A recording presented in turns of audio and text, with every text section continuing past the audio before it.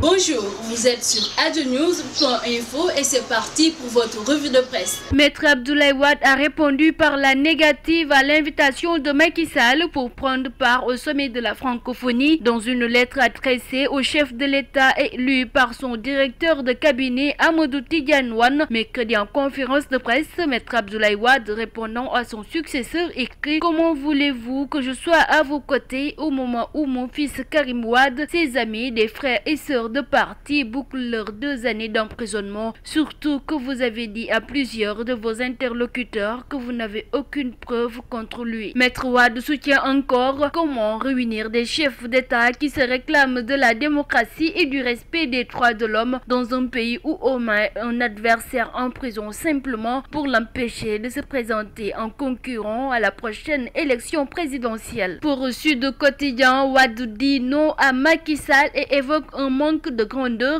Par cette réaction, Maître Wade renvoie l'image de quelqu'un qui met son fils au-dessus de l'État, selon le journal. La présence de Wade à l'ouverture du sommet de la francophonie serait une grande victoire pour la démocratie sénégalaise, estime Sud Quotidien qui écrit: Imaginez un seul instant les présidents Diouf, Wade, Sall assis côte à côte face à un parterre de chefs d'État et de chefs de gouvernement attendus dans notre pays pour célébrer la francophonie.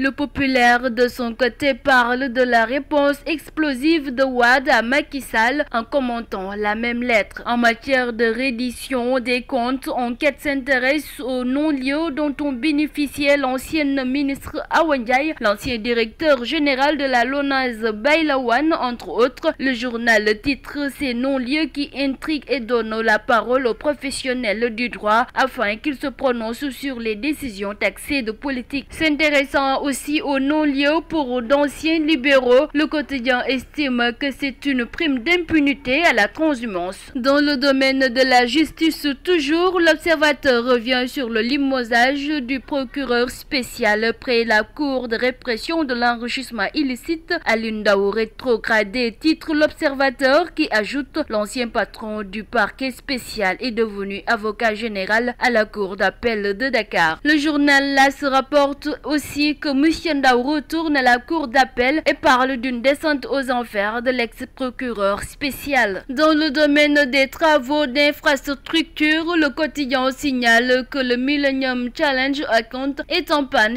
au Sud. Le programme financier à plus de 270 milliards de francs CFA par le gouvernement américain afin de réaliser des infrastructures dans le sud et le nord-est du pays a de grosses difficultés pour tenir la cadence imposée. Or, dans moins d'1 an, le programme doit être bouclé pour que le pays espère bénéficier d'une suite, écrit le journal. Le Soleil s'intéresse à la visite de Macky Sall en Italie où le président sénégalais a invité mercredi ses hôtes à refuser le monolithisme culturel et l'uniformisation des modes de pensée, de production et de consommation. Le président de la République, Macky Sall, préconise aussi la reconnaissance de l'égale dignité de toutes les cultures et de toutes les civilisations dans une allocution prononcée à Rome. Fait divers, enlèvement: une dame du nom de Fama Sarr a été kidnappée depuis 8 jours. À chaque fois, un de ses ravisseurs lui permet de parler à ses parents, des parents qu'elle n'a plus revus depuis mercredi 12 novembre 2014, jour où elle a disparu. Ses proches qui parlent de kidnapping sont dans le désespoir. Ses ravisseurs demandent une rançon de 500 000 francs, sinon ils vont la tuer. En sport, le quotidien Stade revient sur la victoire du Sénégal mercredi face au Botswana, 3-0 en match comptant pour la dernière journée des éliminatoires de la CAN 2015. Les 3 buts des Lions ont été respectivement inscrits par Karambodj, Papis Demba Cissé et Moussa Sow. Les Lions en fanfare, s'exclame le quotidien Stade. Le Sénégal participera à la CAN prévue en janvier en Guinée équatoriale. C'est fini pour votre revue de presse du jour sur adnews.info. Merci et à très bientôt.